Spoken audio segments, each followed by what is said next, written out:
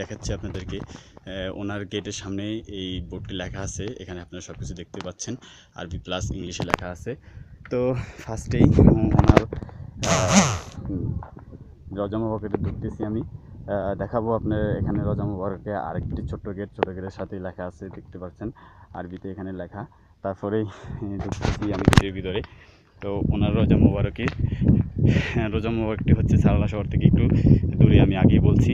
তো এই শহরে এখানে যে রজা মুবারকটি সেখানে অনেক উপরে একটি পাহাড়ের মধ্যে।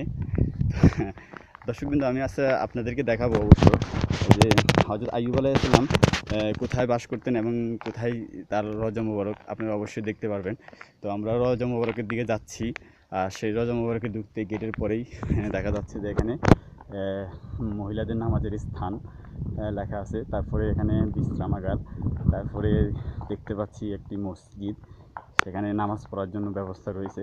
তারপরে আমি আরও দেখাচ্ছি যে এখানে ফুল বাগান, খুব সুন্দর ফুল বাগান রয়েছে। আমরা যাচ্ছি হযরত আইয়ুব আলাইহিস সালামের রজা মুবারকের দিকে। অবশ্যই আপনাদেরকে দেখাবো ওনার রজা মুবারক। আসলেই দেখা যায় অনেক সময় হয়, কিন্তু আমরা আসলেই সময় থাকা সত্ত্বেও আসতে পারি না, বা অনেকের ভাগ্য নেই এরকম জায়গা আসার মতো। তো আমি একে দুইবার আসছি এই নিয়ে। তো এবার চিন্তা ভাবনা করলাম যে এবার ভিডিও ধারণ করব, আর সেই ভিডিওতে আমি সবাইকে শেয়ার করব, সবাই দেখবে। সেজন্য মানে এবারে ভিডিওটা করা আমার। তো আপনারা সবাই দেখবেন অবশ্য। দেখতে পাচ্ছেন এখানে এটা ফুল বাগানের পরপরই হযরত আইয়ুব আলাইহিস সালামের রজা মুবারক। তো রজা মুবারকে যাওয়ার আগেই আপনার একটি বাসবে প্রাচীনকালের একটি মসজিদ। সেই মসজিদটি হচ্ছে এই, যথাসম্ভব এটি অনেক প্রাচীনকালের মসজিদ। হযরত আইয়ুব আলাইহিস সালাম হয়তো বা এখানে নামাজ আদায় করছেন, এরকম একটি মসজিদ। দেখতে পাচ্ছেন মসজিদের ছাদ নেই, তবে হ্যাঁ। তারপরে এখানে দেখতে পাচ্ছেন আমাদের সঙ্গী, আমাদের বন্ধুবান্ধব, আর আমরা সবাই একসাথে আসছি। হ্যাঁ, রজা মুবারকে ঢোকার আগেই দেখা যায় যে হুজুর হযরত আইয়ুব নবী সাল্লাল্লাহু আলাইহি সাল্লামের পা মুবারক দেখেন, আজ থেকে প্রায় 100 বছর আগে তার পায়ের চিহ্নটা এভাবে রয়ে গেছে, দেখতে পাচ্ছেন অবশ্যই। রজা মুবারকে ঢোকার আগেই পায়ের চিহ্নটা চোখে পড়বে। তারপরেই আপনি পায়ের চোখে দেখার পরেই আপনি রজা মুবারকে ঢুকতে পারবেন। রজা মুবারকে ঢোকার শুরুতেই আমরা তাকে সালাম দিব, আসসালামু আলাইকুম ইয়া হালাল কবুল। তারপরে দেখতে পাচ্ছেন ওনার রজা মুবারক। উনি এটাই হচ্ছে হযরত আইয়ুব আলাইহিস সালামের রজা মুবারক। ইনি এখানেই শুয়ে আছেন। আপনারা অবশ্যই জানেন যে আইয়ুব আলাইহিস সালাম একজন রোগাক্রান্ত ছিলেন। আল্লাহ তাআলা তাকে বিশেষ পরীক্ষা করেছিলেন, তার জন্য তাকে বিশেষ একটা অসুখ দিয়েছিলেন। সেটা হচ্ছে পচা, মানে শরীরের পচা গলে শরীরের চামড়াগুলো খুলে পড়ে গেছিলো।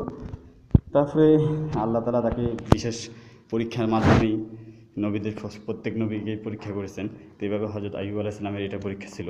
তো রজা মুবারকে আমি এসে পড়ছি, দেখছেন রজা মুবারকের পাশেই দেখা যাচ্ছে দেওয়ালে অনেক ধরনের দেওয়ালিকা লাগানো আছে।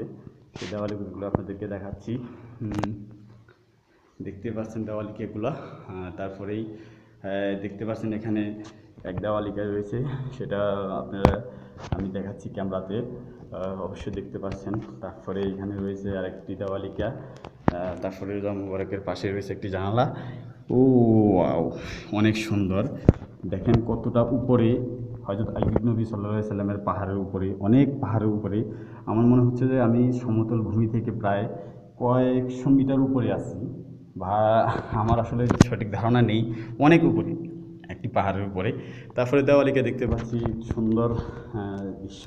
তারপরে এখানে আছে আরেকটি, দেখতে পাচ্ছেন। তারপরে এখানে আরেকটি দেওয়ালিকা আছে, তারপরে এখানে আরেকটি দেওয়ালিকা।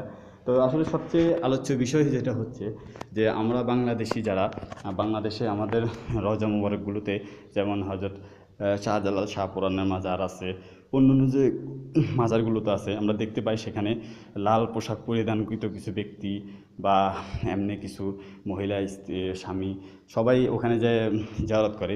কিন্তু আসলেই আমরা দেখছি যে এখানে আইয়ুব নবীর মাজার এটা পুরোটাই ভিন্ন। এখানে কোনো লাল পোশাকধারী নেই, কোনো বিশৃঙ্খলা নেই, সুন্দর একটা পরিবেশ, এখানে কেউ সেজদা দিচ্ছে না। আসলে এগুলো ইসলাম বিরোধী, এখানে ইসলাম বিরোধী কোনো কাজ নেই। সব কিছুই দেখেন এখানে হচ্ছে নবী, যিনি আজ থেকে শত শত বছর আগে আসছিলেন এই দেশে, এই পৃথিবীতে আল্লাহ পাঠিয়েছিলেন, সেই নবী এখানে শুয়ে আছেন। তো সকলে আমার জন্য দোয়া করবেন। আমি অনেক ভিডিওটা ধারণ করলাম। তো আপনাদের সবাই কেমন লাগলো জানি না, যদি ভালো লাগে অবশ্যই আমাকে কমেন্ট এবং লাইক করে জানাবেন।